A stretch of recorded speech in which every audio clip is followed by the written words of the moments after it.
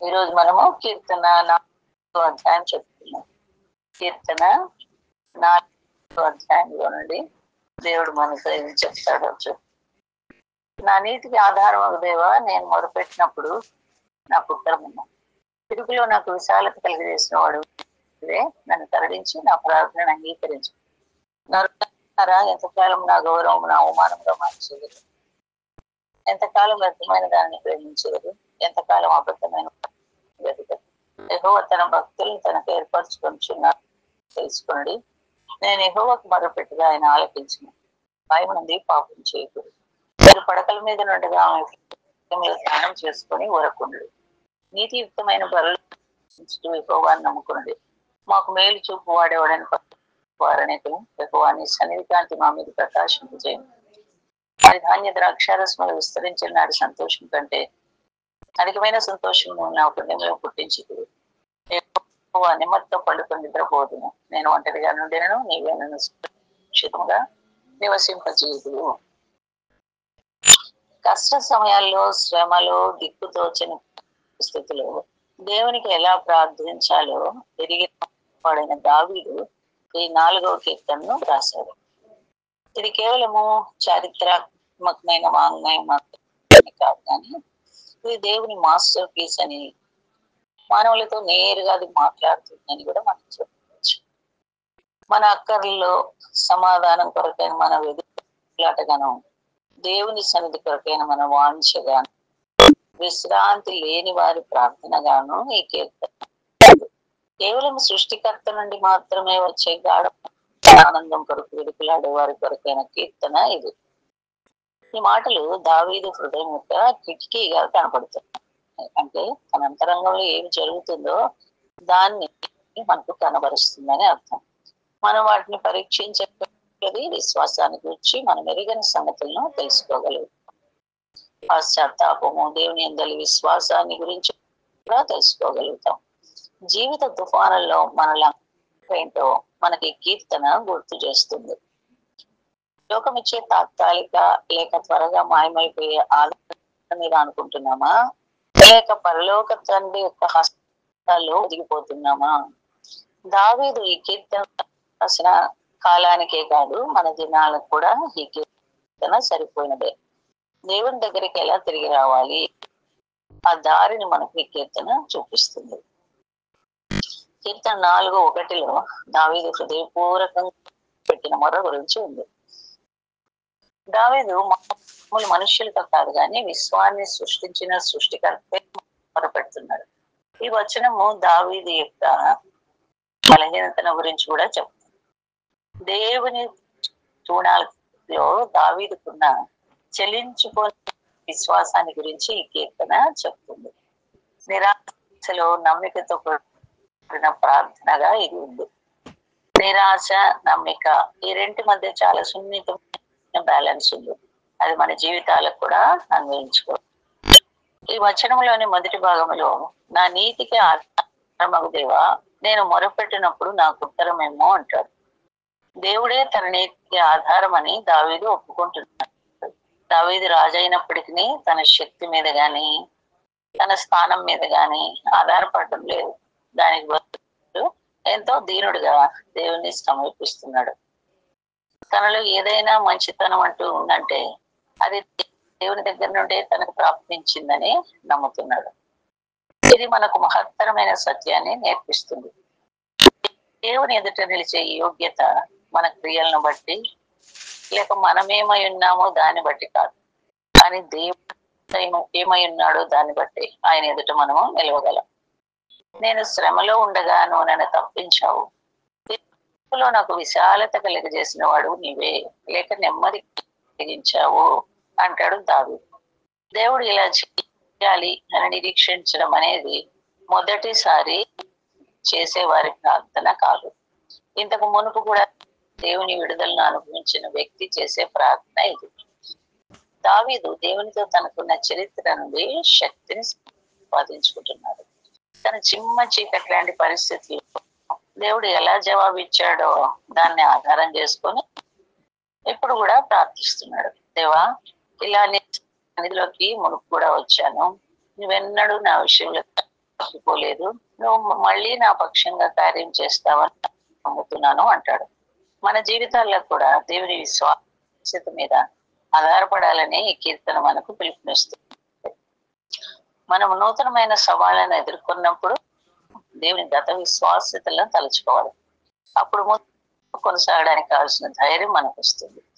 నన్ను కరుణించి నా ప్రార్థన అంగీకరించును అంటే నా ఎడల కృపగలిగి నా మొర్ర వినమని దావీదు మనవి చేస్తున్నాడు. దావీదు ప్రార్థనలోని దీనత్వాన్ని గమనించండి.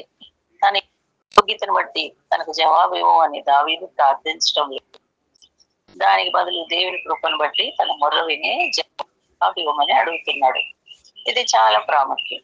ఎందుకంటే మన ప్రార్థనలకు జవాబు ఎందుకు రాదంటే మనం ఏదో పరిపూర్ణమని తగిన వారం అని తలంచడం వల్లే. కానీ దేవుడు కనికరం గలవాడు. ఆయన కృపే మనం ధైర్యంగా ఆయన సమీపించడానికి ద్వారాన్ని తెరుస్తుంది. మన పతన కంటే ఆయన ప్రేమ ఎంతో గొప్పదని మనం ఎరగాలి. ప్రార్థన స్వభావాన్ని గురించిన ప్రాముఖ్యమైన సంగతిని గురించి ఈ ప్రార్థన మనకు తెలియజేస్తుంది. దావీదు వ్యక్తిగతంగా దేవునికి ఈ ప్రార్థన చేస్తున్నాడు. తను బాగా ఎరిగిన దేవునికి ప్రార్థిస్తున్నాడు. ఏదో గొప్ప గొప్ప మాటలను ఉపయోగించి ప్రార్థించడం హృదయం అంతటితో ప్రార్థిస్తున్నాడు. ఇది మన స్వంత ప్రార్థన జీవితాన్ని పరీక్షించుకోవడానికి సవాలుగా ఉంటుంది. మన హృదయాలను నిజంగా దేవుని ఎదుట కుమరించుకుంటున్నామా, లేక భయపడి ఆయనతో చెప్పవలసినంత చెప్పకుండా దాచుకుంటున్నామా? దేవుడు మనం యథార్థంగా చెప్పినప్పుడు మనల్ని త్రోసివేయడు. నిజానికి యథార్థంగా ఆయనతో అన్ని చెప్పమని ఆయన మనల్ని ఆహ్వానిస్తున్నాడు అనమాట. అలా చెప్పినప్పుడు మనల్ని త్రోసివేయడు. నిజానికి అలా యథార్థంగా ఆయనతో అన్ని చెప్పమని ఆయనే ఆహ్వానించాడు కదా. ఆయన మనతో బాంధవ్యాన్ని కలిగి ఉండాలని ఆశపడుతున్నాడు.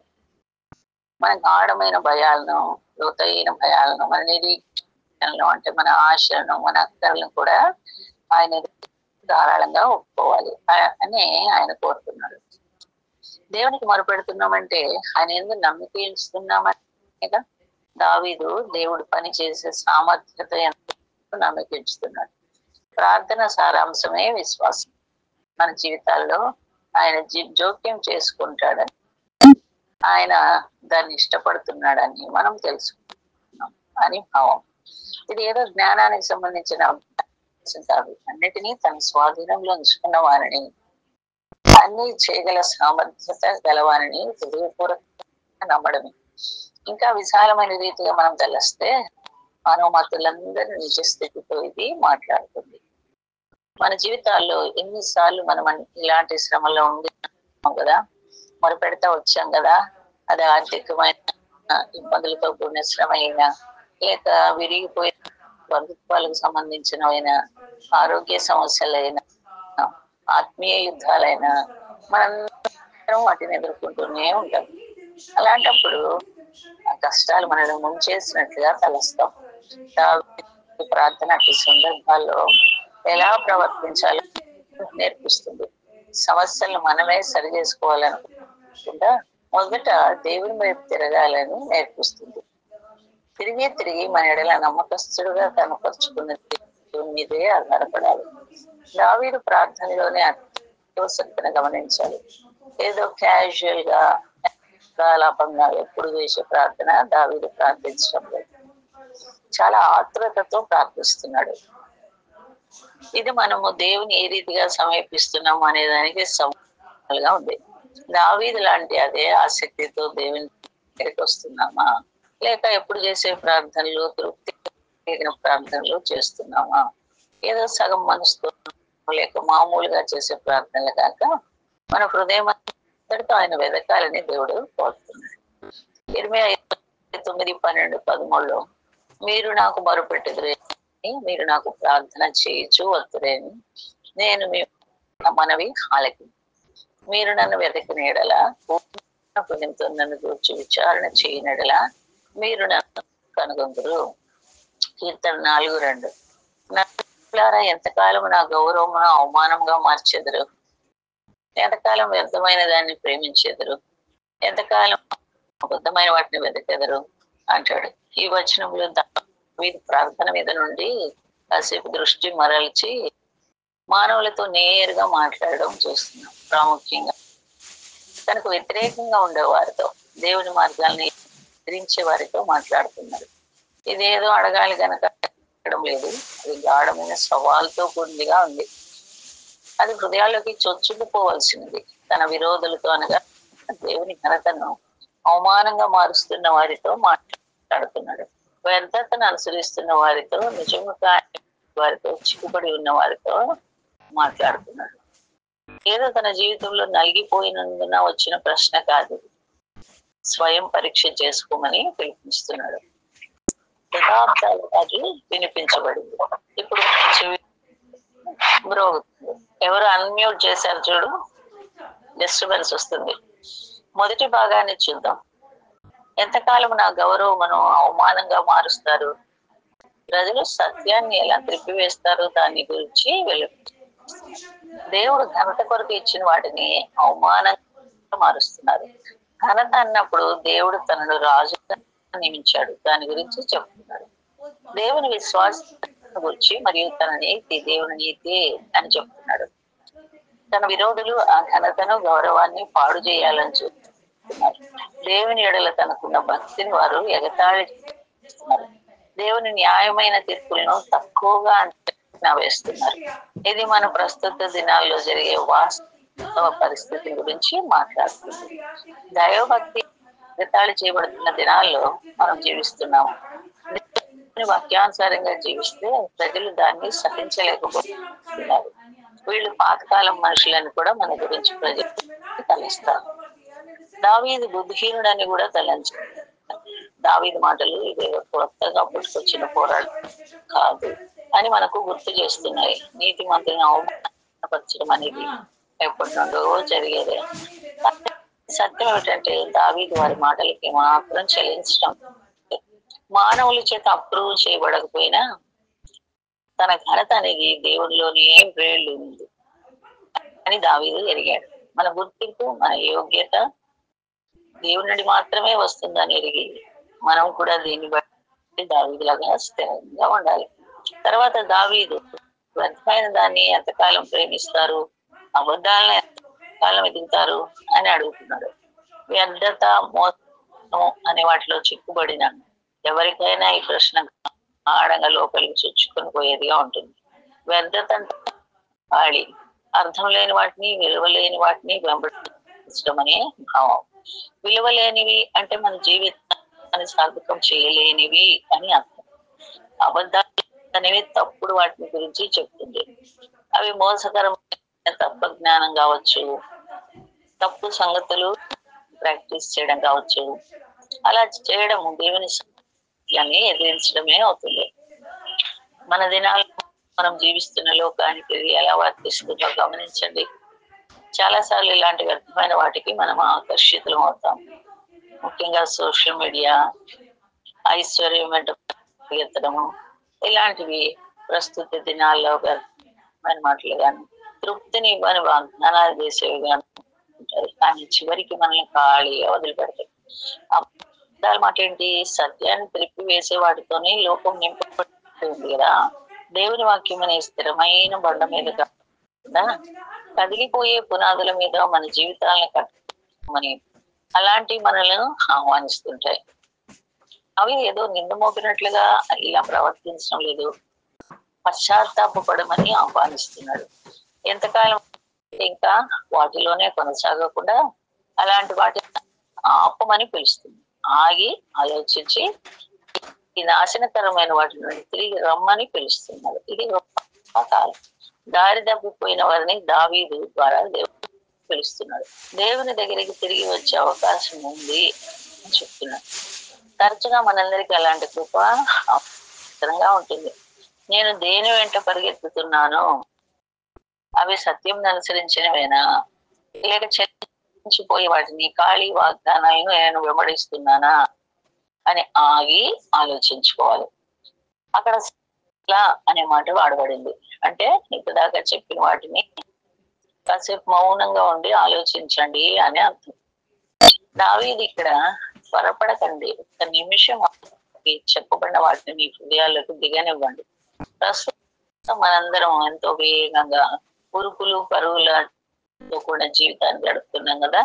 అలాంటప్పుడు ఎంత తరచుగా మనం ఆగి మన జీవితాలను పరిశీలించుకుంటున్నాము. ఈ సెల అనే ఒక మాట ఆగి మనం దేవుని సత్యం కొరకే జీవిస్తున్నామా, లేక అబద్ధాలు మోసకరమైన వాటి వెంట వెళ్తున్నామా అని చూసుకోమని సవాలు విసురుతుంది. ఈ మాటలు ఆ కాలంలో దావీదుకున్న శత్రువులను గద్దించడానికి మాత్రమే కాదు, నిజానికి మానవాళ్ళందరి కొరకు హృదయ వేదన ఏమైందో దాన్ని చూపిస్తుంది. లేఖనాలన్నిట్లో ఈ మాటలను తరచుగా చూస్తాం. ఎందుకంటే తిరుగుబాటులో కొనసాగుతారు. ఎందుకు తిరుగుబాటులో కొనసాగుతారు? నా వైపు తిరిగి నా దగ్గరికి రండి అని దేవుడు పదే పదే పిలుపునివ్వడానికి చూస్తుంటాం. ఉదాహరణకి యెషయా 55:2 ఆహారం కాని దాని కొరకు మీరు ఇచ్చెదరు, సంతుష్టి కలుగజేయని దాని కొరకు మీకు సాధ్యతను ఎందుకు వ్యయపరచెదరు దేవుడు ప్రశ్నిస్తున్నాడు. నా మాట జాగ్రత్తగా ఆలకించి మంచి పదార్థం భుజించుడి, మీ ప్రాణం సారమైన దాని యందు సుఖింపనీయుడి అంటాడు. అక్కడైనా ఎక్కడైనా లేఖనాల్లో అదే అంశం. తృప్తినిచ్చే దేవుడి దగ్గరికే తిరిగి రండి అనేది. విశ్వాసులమైన మనం మన క్రియల్ని కాక మన మక్కువలను కూడా పరీక్షించుకోవాలి. మనం దేన్ని ప్రేమిస్తున్నాము? మనం దేవుని సంగతుల వలన వశపరచుకోబడ్డామా, లేక లోక పరధ్యానాల వల్ల ఏడవబడుతూ ఆకర్షించబడుతున్నామా? అది ఎంతో తెలివి కలిగించే ప్రశ్న. కానీ వచనంలో నిరీక్షణ మనం మిస్ చేయకూడదు. దేవుని గణపరిచే జీవితం మనం జీవించాలంటే మనమందరం దాన్ని ఎదుర్కోవాల్సింది. కానీ ఆ వచనంలో ఉన్న నిరీక్షణ కూడా మనం గమనించాలి.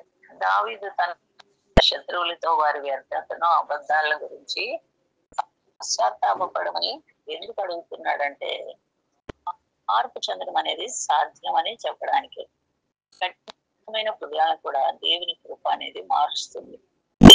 మనకు మాత్రమే కాదు, మన చుట్టూనున్న వారికి కూడా నిరీక్షణ కలిగిస్తుంది. దేవుని సత్యము లేక కనికరము చేరలేనంత దూరంగా ఎవరూ లేరు. వచ్చిన చూద్దాం. యెహోవా తన భక్తులను తనకు ఏర్పరచుకొంచున్నాడు అని తెలుసుకోండి. నేను యెహోవాకు మొరపెట్టగా ఆయన ఆలకించును అంటాడు. దేవునితో తన ప్రజలు గల సంబంధం గురించి ధైర్యంగా సాక్ష్యమిస్తున్నాడు లేక ప్రకటిస్తున్నాడు. దేవుని ఎరగాలనుకునే వారికి తనకు కూడా ఈ విషయాన్ని గుర్తు చేస్తున్నాడు. మనం సృష్టికర్త చెందిన వరమని, ఆయనలో మనకున్న భద్రతను, ఆయనతో మనకున్న సమీపత్వాన్ని గురించి ఈ వచనం చెప్తుంది. మన చుట్టూ ఎంత చెడిపోయిన పరిస్థితి ఉన్ననో దేవునిచే మనమైతే ఎన్నుకోబడిన ఆయనచే సంరక్షించబడుతున్నవారని గుర్తు చేస్తున్నారు. దావీదేదో మృదువుగా వారితో చెప్పడం లేదు, లేక నేను వీటిని గమనించానని కూడా చెప్పడం లేదు, కానీ సత్యాన్ని గురించిన వాస్తవం చెప్తున్నాడు. ఆ సత్యం ధైర్యంగా చెప్తున్నాడు. ఇది మన తన వ్యక్తిగత ఆలోచన కాదు, కానీ దేవుని సత్యాన్ని ప్రకటిస్తున్నాడు. వింటున్న వారందరూ దాన్ని గుర్తించాలి. తన మాటలను విని వారందరూ గాఢంగా ఆ మాటలను గుర్తించాలని, చెల్లించే మనసుతో కాక దృఢంగా నమ్మాలని దేవుడు దావీదు. దేవుడు తన భక్తులను తన కొరకు ఏర్పరచుకుంటున్నాడు. ఏర్పరచుకోవడం అంటే ఒక ప్రత్యేకమైన నిర్దిష్టమైన పని కొరకు ఎన్నుకోబడము, ప్రతిష్ఠింపబడము. మరి ఈ లోకంలోని ప్రజల గుంపులో లోకంలో ఉంటున్న ప్రజలందరూ మనం ఒక అంతే అని కాదు, మనం ఆయన యొక్క సొంత ఐశ్వర్యం. తెలుసుకోండి అని అన్నప్పుడు తన శత్రువే కాదు, తన మాటలు వినేవారు అందరూ కూడా తెలుసుకోవాలని కోరుతున్నారు. భక్తులు అన్నప్పుడు దావీదు చెప్తున్నాడు అంటే పరిపూర్ణుల, పాపరహితులుగా కాదు, దేవునికి నమ్మకస్తులుగా ఉన్నవారు, ఆయన పూర్ణ హృదయంతో వెదికేవారు, దేవునితో నిబంధనతో సంబంధం బాంధవ్యం కలిగి జీవించేవారని భావం. దేవుని ఎడతెకు ప్రేమను అనుభవించిన వారిని లేఖనంలో చెప్పబడింది. ఆ ప్రేమలో నడుస్తూ దేవుని ఎడల పలుకులు కలిగి నడుచుకునేవారు. ఇది మానవులు తమంతటి తాము పోలేరు కానీ దేవుడి కృప వల్లనే ఇది సాధ్యం. ఆ కృప మన జీవితాల్లో మార్పుని తీసుకొని వస్తుంది. సత్యం అనేది గేమ్ చేంజర్. దేవుడు మనల్ని ఏర్పరచుకున్నాడు అని సత్యం మనకెంతో భద్రతను ఇస్తుంది. ఆ సత్యాన్ని మరెవ్వరు మార్చలేరు. మన గతకాలపు తప్పులను బట్టి మనుషులు మనల్ని అంచనా వేస్తారు కదా, అది కానీ మనకు వస్తున్న పరీక్షలు కానీ మనం ఎవరమో నిర్ణయించలేవు. దేవుడు మనల్ని పిలిచాడు అనే దాన్ని బట్టి మనం ఎవరమో నిర్ణయించబడుతుంది. అదేదో తాత్కాలికమైన సంగతిగా అది నిత్యమైనది అన్న దాన్ని బట్టి మనం ఎవరమో నిర్ణయించబడుతుంది. అదేదో రోమా 8:38-39 పౌలు చెప్పి దేవుని ప్రేమ నుండి మనలో ఏది ఎడబాపనేరదు ఆ నిశ్చయిత గురించి దావీదు కూడా ఇక్కడ ప్రకటిస్తుంది. ఈ వచనంలోనే 2వ భాగము అదే రీతిగా శక్తివంతమైనది. నేను యెహోవాకు మొరపెట్టుగా ఆయన ఆలకించును. దావీదు మాటల్లో ఉన్న ధైర్యాన్ని చూడండి. దేవుడు వింటాడని నేను నమ్ముతున్నాను అనడం లేదు, వింటాడేమో అని కూడా కాదు, దేవుడు ఆలకిస్తాడు ఖచ్చితంగా చెప్తున్నాడు. అది నిశ్చయం అని చెప్తున్నాడు. దేవుడు కొరకు ప్రత్యేకించబడిన వారి భాగం ఇది. ఆయన మనల్ని చూడమే కాదు, మనల్ని ఎరిగి ఉన్నాడు, మన మనల్ని వింటాడు. మన ప్రార్థన నిజంగా వినబడుతుందా, మన ప్రార్థనలు పరలోకం చేస్తున్నాయా, దేవుడు మన వైపు అటెన్షన్ ఇస్తున్నాడా అని అనుమానపడే వారికి ఈ మాటలు ధైర్యాన్ని ఇస్తాయి. దావీదు సాక్ష్యం ఏంటంటే దేవుడు వింటాడు అని. అంటే అర్థం ఏంటి? ఏదో విన్నట్టుగా వింటాడని కాదు. దేవుడు విన్నాడు, వింటున్నాడు అంటే ఆయన చెవినిచ్చాడు, ఆ పనిలోనే ఉన్నాడు, జవాబు ఇవ్వడానికి సిద్ధంగా ఉన్నాడని అర్థం. ప్రేమ గల తల్లిదండ్రులను గురించి ఆలోచించాలి. వారి పిల్లవాడు చెప్పేది ప్రేమతో వినడమే కాదు, వారి అక్కను తీరుస్తారు కూడా. అలాగే దేవుడు కూడా వింటాడు అని దావిస్తున్నాడు. మనం ప్రార్థించేటప్పుడు ఏదో శూన్యంలోకి మనం ప్రార్థించడం లేదు. మన జీవితాల్లో సన్నిహిత సంబంధం గల దేవునితో మాట్లాడుతున్నాం. మన ప్రార్థనలు ఏందా ఆయన ఆనందిస్తాడు. మన మేలు నిమిత్తమే సమస్తాన్ని సమకూర్చి జరిగిస్తాడు. ఈ వచనము మనం దేవుణ్ణి ఎలా సమీపిస్తామనే దాని గురించి కూడా సవాల్ చేస్తుంది. దావీదు ధైర్యము దేవునితో తనకున్న సంబంధాన్ని బట్టి వచ్చింది. ఆయన తనకున్న నమ్మిక అనేక సార్లు నమ్మకత్వాన్ని అనుభవించిన వాడు. ఆ చరిత్రే తన ధైర్యం సాక్షించేలా చేసింది. నేను యెహోవాకు మొరపెట్టుగా ఆయన ప్రయత్నిస్తాడు. దేవునితో మనం కూడా అలాంటి సన్నిహిత సంబంధాన్ని ఏర్పరచుకోవాలని ఈ వచనం మనకు నేర్పిస్తుంది. మన మత సంబంధమైన పని బాటల్లో ప్రార్థన అనేది మనం చివరిగా చేయాల్సిన పని కాదు, విశ్వాస జీవానికి బాట. మన సృష్టికర్తతో పవిత్రంగా గడిపే క్షణాలవి. ఈ వచనంలో ఉన్న వ్యక్తిని కూడా గమనించండి. దావీదు శత్రువులు వ్యర్థత పంపతాలను వెంబడిస్తున్నారు, కానీ దావీదు దేవుని విశ్వాసత అనే భూమి మీద ఆ సత్యం మీద నిలబడుతున్నాడు. ఇతరులు చెలించిపోయే వాటిని అనుసరిస్తుండే దేవుని వల్ల ఏర్పరచుకొనబడుట అనే దానిలోనే తాను ఏమై ఉన్నాడు దాన్ని మరి తన భద్రత ఎదుర్కొంటున్నాడు. మన యోగ్యతను ఎక్కడ చూసుకుంటున్నామో దాని గురించి కూడా ఇది సవాల్ చేస్తుంది. దేవుని వలన ఏర్పరచుకోవడం అనేది సామాన్యమైన ఆశీర్వాదం కాదు. దేవుని కుటుంబంలోకి, ఆయన పరిచయలోకి, ఆయన రాజ్యంలోకి ఆహ్వానం పొందుకోవడమే. ఈ సత్యం మనల్ని పురుకొల్పాలి మరియు మన పిలుపుకి తగినట్టుగా నడుచుకునేలా మనల్ని ప్రేరేపించాలి. అంటే పరిశుద్ధంగాను, ఇతరులను ప్రేమించే విధంగాను, దేవుని మంచితనంలో లోకానికి ప్రకటించే వాళ్ళగాను చేస్తుంది. ఈ వచనంలో గుప్తమైన నిరీక్షణను గమనించండి. దావీదు శత్రుత్వాన్ని ఎదుర్కొంటున్నాడు. తను ఈ మాటలను రాసినప్పుడు తన మీద కొండలు చెప్పబడుతున్నాయి. వ్యక్తిగతంగా ఎదిరించబడ్డాడు, కానీ భయము సందేహం లేకుండా దేవుడు తనను ఏర్పరచుకున్నాడని, తన మొదలుపెట్టాడనే సత్యం బట్టి స్థిరంగా నిలబడ్డాడు. మనం కూడా సవాళ్లతో కూడిన జీవితాన్ని ఎదుర్కొన్నప్పుడు మనుషులు మన గురించి ఏం తలంచినా కూడా మన పరిస్థితులంతా ఎఫెక్టివ్గా ఉన్న దేవుడు మనలో ఏర్పరచుకున్నాడు, మన ప్రార్థనలు ఎల్లప్పుడూ వింటున్నాడనే నమ్మికలో నిరీక్షణ కలిగి ఉండాలి. 4వ వచనం, భయము నుండి పాపము చేయకుడి, మీరు పడక మీద ఉండగా మీ హృదయంలో జ్ఞానం చేసుకుని ఊరకుండి.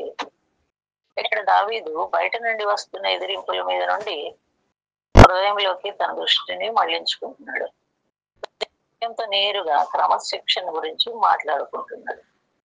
మౌనంగా ఉండి దేవునితో మాట్లాడమని, స్వయం నియంత్రణ కలిగి ఉండమని చెప్పుకుంటున్నాడు.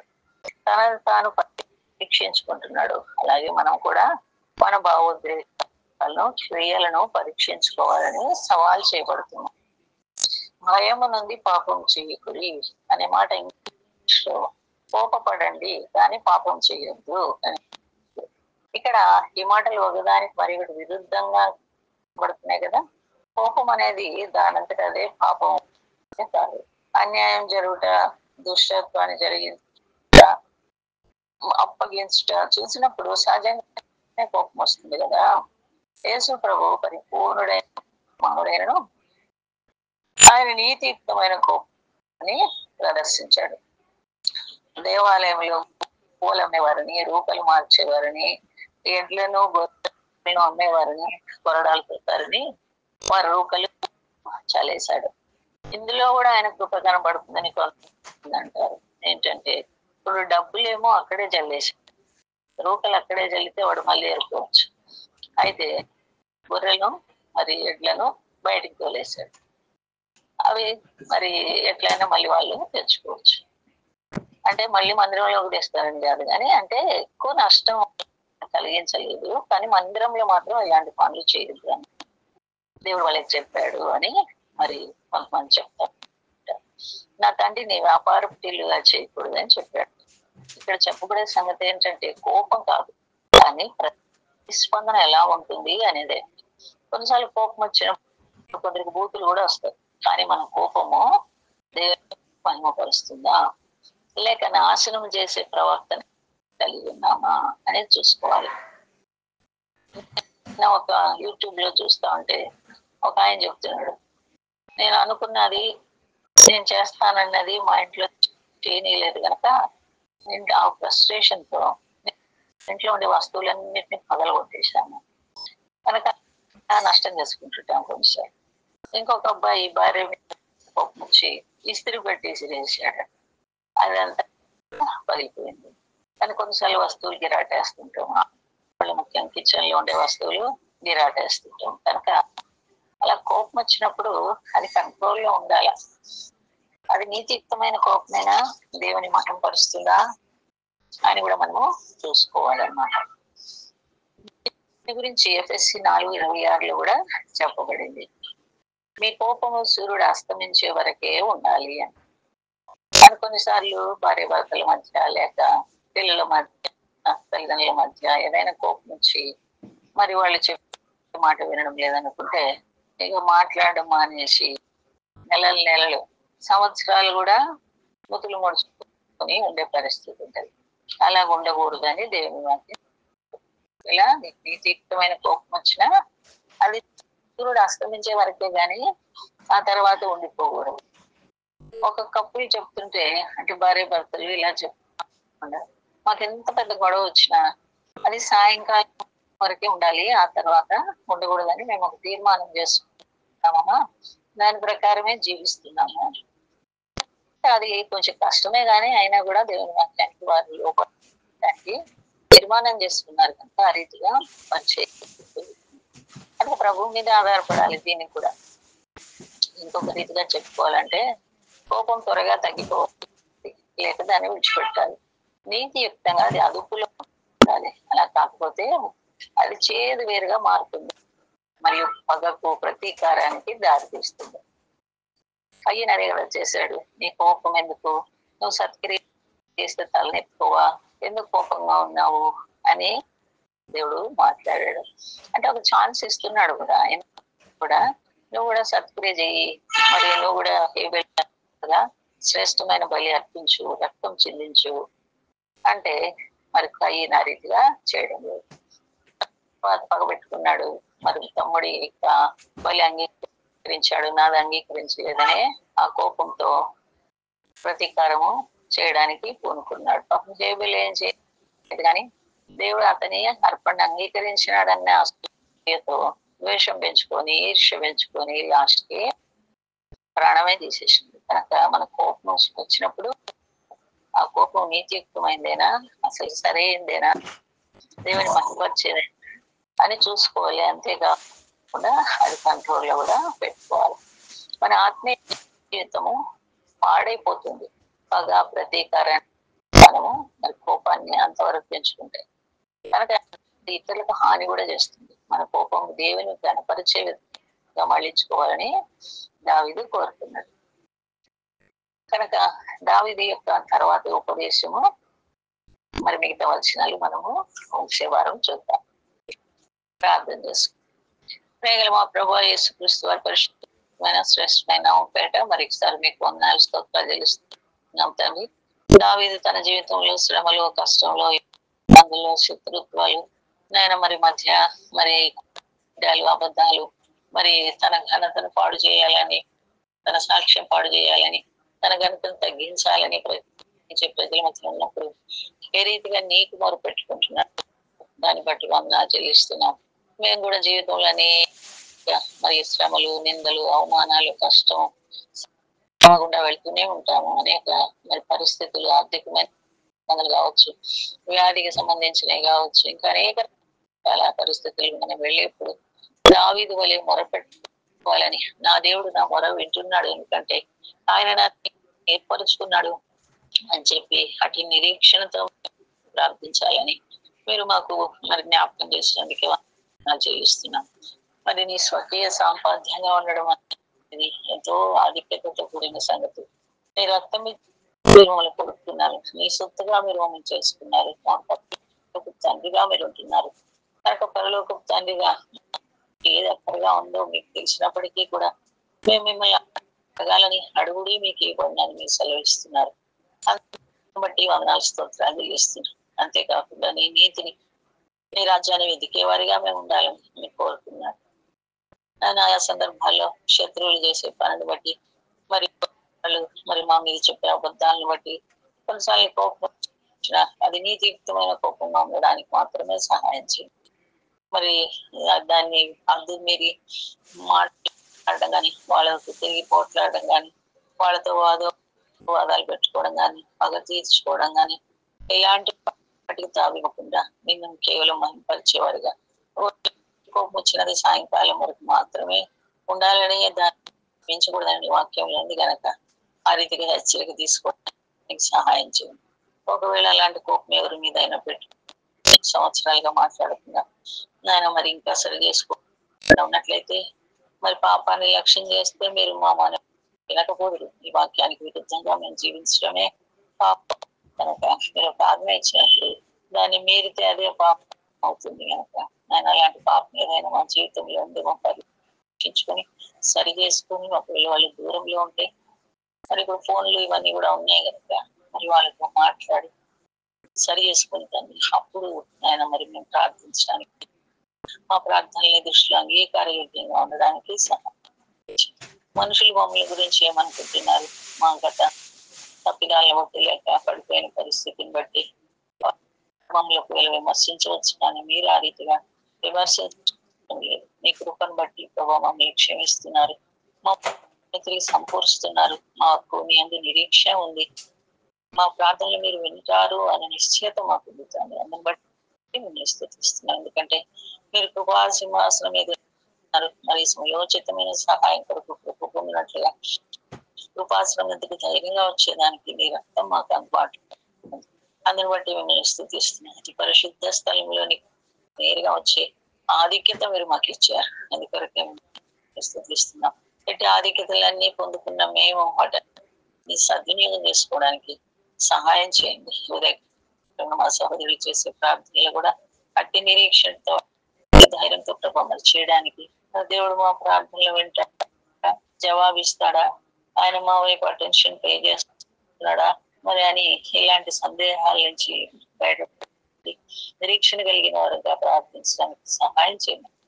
విశ్వాసంతో కూడిన ప్రార్థన ఆయన మరి మీకు ప్రార్థన పట్టుదలతో చేసే ప్రార్థన బహుగా ఉంటుందని ప్రభావం మీరు చెప్పారు కనుక ఆయన మరి దావీదు మరి ఏదో పెద్ద పెద్ద మాటలు ఉపయోగించాల్సి లేదు, కానీ సింపుల్ ప్రేయర్ ప్రభు మరి చేయడానికి కూడా మీరు మాకు సహాయం చేయండి. ఏరియా కూడా మరి వర్షం రావద్దు, వర్షం రావాలి అని ఎంతో మరి చిన్న ప్రార్థన చేశాడు, దాని పట్టుదలతో చేశారు. దాన్ని బట్టి ఆకాశాన్ని మూసేశారు, ఆకాశాన్ని తెరిచారు. కనుక ఈ దినాలు ప్రకృతి వైపరీత్యాల గురించి కూడా, ప్రభు నాశనం గురించి కూడా ఆయన మరి విశ్వాసంతో ప్రార్థించినప్పుడు వాటిని కూడా మీరు కంట్రోల్ చేయడానికి శక్తివంతుడైన దేవుడు అని బట్టి వందనాలు చూపిస్తుంది. మా సహోదరులందరూ మళ్ళీ వారికి అవసరతలు ఉన్నాయి, మీరు ఎరుగుదురు. వాళ్ళ కుమార్తె కూడా మరి రాయనంటే నా పరీక్షలో మీరు సహాయం చేసి మంచి జ్ఞానం ఇచ్చి ఆ బిడ్డకు మీరు తోడ్పండి. తన వీసా విషయంలో కూడా కనికరం చూపించి వాళ్ళు త్వరగా గ్రాంట్ చేయడానికి సహాయం చేయండి. విజయ సిస్టర్ కూడా ఇండియాకు మరి వెళ్ళమన్నారంటే క్యాన్సిల్ లేకుండా తనకు కూడా సహాయం చేయండి. సూర్యకుమారి భర్తను కూడా ఆయన రక్షణలోనికి మీరే నడిపించండి, అలాగే దివ్య భర్తను కూడా నడిపించండి. ఇంకెవరెవరు ఏ అవసరతలో ఉన్నారో, అనారోగ్య పరిస్థితుల్లో ఉన్నారో ఆయన మరి చదువులు, వారికి భవిష్యత్తు వీటి విషయంలో చింతన ఆయన మరి అన్నింటిలో కూడా మీ బిడ్డలకు మీరు సహాయపడుతుందండి. వాళ్ళు ఎవరికి మరి ప్రభా సహాయపడుతున్నారు ఇళ్లలో లేక హాస్పిటల్స్ లో కానీ ఇంకెక్కడ మరి ఉద్యోగ బాధ్యతలు ఎక్కడ ప్రయాసపడుతున్నారు, మరి ఎవరితో కాంటాక్ట్ లోకి వస్తున్నారు, వాళ్ళందరికీ కూడా నేను వార్తలు ప్రకటించడానికి మంచి తరుణాలను అనుగ్రహించి నేను సేవ చేయడానికి బిడ్డలకి తరుణాలు మరి ఆ తరుణం దొరికినప్పుడు ఏ మాటలు చెప్పాలో నేను మరి రక్షణలోకి వాళ్ళని ఎలా నడిపించాలి మీ జ్ఞానం మీరు అనుగ్రహిస్తున్నామని దాసులు అంటే మీరు అభిషేకించి ఈ ప్రార్థనకు ఇక్కడికి కూడా మీరు సిద్ధపరిచి వినియోగించుకోండి. యేసుక్రీస్తు వారి పరిశుద్ధమైన నామం పేరిట స్తుతించి ప్రార్థించి వేడుకుంటున్నాం తండ్రి. Amen. Amen. Amen. Amen. Praise lord.